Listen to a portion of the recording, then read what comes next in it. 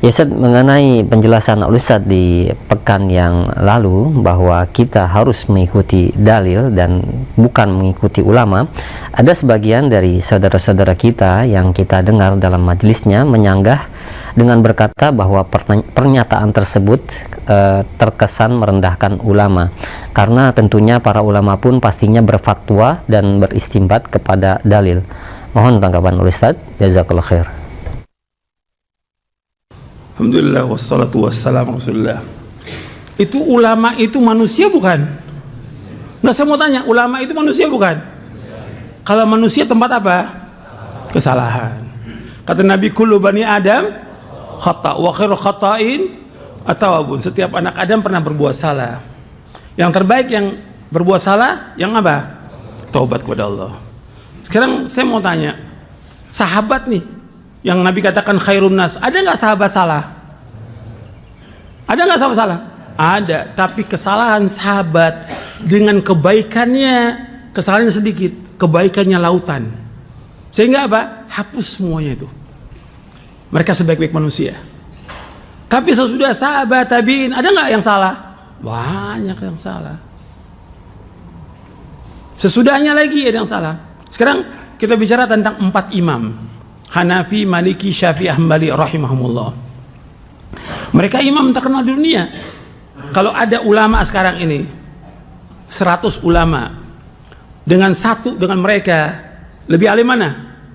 Lebih alim mereka 4 imam ini. Ada 100 ulama sekarang dengan 1 imam, jauh. Karena apa? Imam itu hafal hadis semuanya. Quran hafal, Bukhari, hafal, udah mereka hadisnya. Meskipun mereka di zaman itu belum dikumpulkan Sahih Bukhari, kata seperti Imam Hanafi, Maliki dan yang lain. Tapi mereka hafalkan hadis. Tapi mereka mengatakan kalau ada pendapatku menyalahi Quran dan Sunnah, kata mereka apa? Buang pendapatku. Yang mengajarkan kita untuk membuang pendapat ulama kalau bertentangan dengan Quran dan Sunnah, yang mengajarkan siapa? Yang mengajarkan ulama juga. Kan antum bisa lihat, nanti antum baca buku Sifat Salat Nabi Syekh Albani atau Aslu Sifat Salatin Nabi 3 jilid. Di juz yang pertama Syekh Albani menjelaskan tentang pendapatnya para imam. Dan sudah saya bawakan di sini. Di majelis ini udah, dan ada videonya, udah ada videonya. Tuh bisa lihat tuh bagaimana saya sebutkan satu persatu perkataan mereka. Jadi mereka sudah mengatakan kalau ada pendapatku menyalahi sunnah Rasulullah, buang pendapatku. Artinya perkataan mereka ini kalau ada fatwa dari mereka menyalahi Quran Sunnah, buang. Apa ini merendahkan ulama? Tidak. Dan sudah saya jelaskan pada pekan yang lalu juga di jawaban itu, ketika Ibnul Jauzi mengatakan bahwa al-ilmu aslul a'zam, aslul akbar, ilmu yang paling besar, berarti wahyu itu paling besar. Apa ada ulama yang bisa mengalahkan wahyu? Gak ada, ini kalimat yang benar. Cuma setan ini berusaha bagaimana terus menggoda gitu. Termasuklah kepada ustadz-ustadz ini merendahkan ulama. Sama sekali saya nggak merendahkan ulama. Justru saya mengangkat apa di sini? Mengagungkan apa? Dalil Al-Quran wa Sunnah ala fahmi salaf. Yang saya tegaskan, saya tekankan, berpegang teguh kepada Quran dan Sunnah ala fahmi salaf. Itu yang wajib kita junjung tinggi. Adapun perkataan ulama, kalau bertentangan Quran harus kita tolak semuanya. Siapapun dia orangnya. Itu harus ingat itu. Quran dan Sunnah lebih tinggi dari semua yang ada. Ini wahyu Allah, Al-Quran dan Sunnah. Ada ulama sebesar apapun kalau menyalahi Quran dan Sunnah wajib kita tolak. Itu nas. Jelas tuh. Ibnu Abbas saja menolak ketika ada perkataan Abu Bakar dan Umar berkaitan dengan haji tamattu. Tolak. Kalau bertentangan dengan siapa? Dengan Rasulullah SAW. Ini harus perhatikan. Ini keyakinan. Ini hujjah, ini dalil, ini prinsip yang besar dalam agama Islam. Anda harus yakin, gitu. Jangan kemudian dibawa oleh setan, jangan bawa perasaan. Rusak agama dengan perasaan. Menghinakan ulama, saya nggak pernah menghinakan ulama. Antum lihat buku-buku saya. Saya bawa pendapat para ulama, jelaskan. Setelah siapa? Setelah Quran dan Sunnah dulu nomor 1, baru perkataan ulama. Bukan ulama dulu yang kita bawa, Quran. Yang kita wajib berpegang teguh, yang kita tidak akan sesat selamanya Selama kita berpegang kepada apa? Quran dan Sunnah. Taraktu fikum amraini lan tadillu ma tamassaktum bihima, kitaballah wa sunnati. Aku tinggalkan dua perkara yang kalian tidak akan sesat selama berpegang dua perkara itu, Al-Quran dan Sunnah. Diperhatikan nih. Ini kadang-kadang bawa perasaan, nanti dikembangkan lagi oleh setan, menghinakan ulama. Saya nggak pernah menghinakan ulama. Saya mengajak orang kepada Quran dan Sunnah ala fahmi salaf, bukan kepada perkataan ulama. Ulama sudah mengatakan kalau ada pendapatku salah, buang. Apa ulama itu maksum? Tidak ada yang maksum ulama. Kalau ada fatwa ulama salah, ada nggak? Banyak, ribuan fatwa ulama salah, ada. Nggak ada masalah, itu manusia. Tapi dalil harus kita pegang. Oh, ulama itu apa salah? Ada. Antum lihat deh, baca deh. Bagaimana? Imam Syafi'i ada qaul qadim, ada qaul jadid.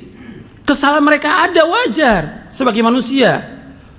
Dan mereka enggak dihukum oleh Allah karena ijtihadnya, karena mereka sudah beristihad. Idza ijtahada al-hakimu fa asaba falahu ajran, wa idza ijtahada fa akhta falahu ajrun wahid. Ini hadis sahih Bukhari Muslim. Apabila seorang hakim, seorang ulama, dia berijtihad, kemudian dia benar ijtihadnya, dapat berapa ganjaran? 2. Kalau dia berijtihad, kemudian dia salah, dia dapat berapa? 1 ganjaran. Tapi boleh nggak kita ikut pendapat dia yang salah? Nggak boleh kita ikut.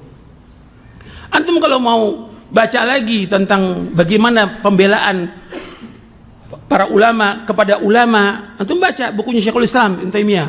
Antum catat tuh, Raf'ul Malam anil a'immatil a'lam. Raf'ul Malam anil a'immatil a'lam. Ketika Syekhul Islam menyalahkan ulama ini nggak ada masalah. Karena dengan apa? Dengan ilmu. Kalau pendapatnya salah, masa mau dibela? Ada fatwa yang salah, masa mau dibela fatwanya?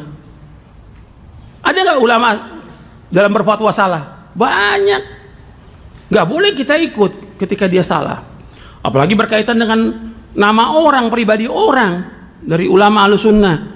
Karena ada fatwa ulama berkaitan dengan pribadi orang yang dia akidahnya Ahlussunnah wal Jamaah, akidah salaf. Dituduh apa mereka? Murji'ah. Ini salah. Ketika salah kita mau ikut, nggak boleh kita mengikuti yang salah. Kalau bilang kita bela ulama, kita juga bela ulama. Ada ulama Ahlussunnah yang wajib kita bela. Jadi harus berpikir kita yang waras, gitu, waras. Kemudian timbangan kita Quran dan Sunnah al-Salaf. Jadi jangan pakai perasaan. Ini pakai perasaan. Saya nggak pernah mencela ulama, nggak pernah mengecilkan ulama. Kita hormati. Ketika dia salah, nggak boleh kita ikut. Nggak boleh kita ikut. Dan itu semua penjelasan para ulama juga yang menjelaskan demikian. Jadi antum juga hati-hati tuh.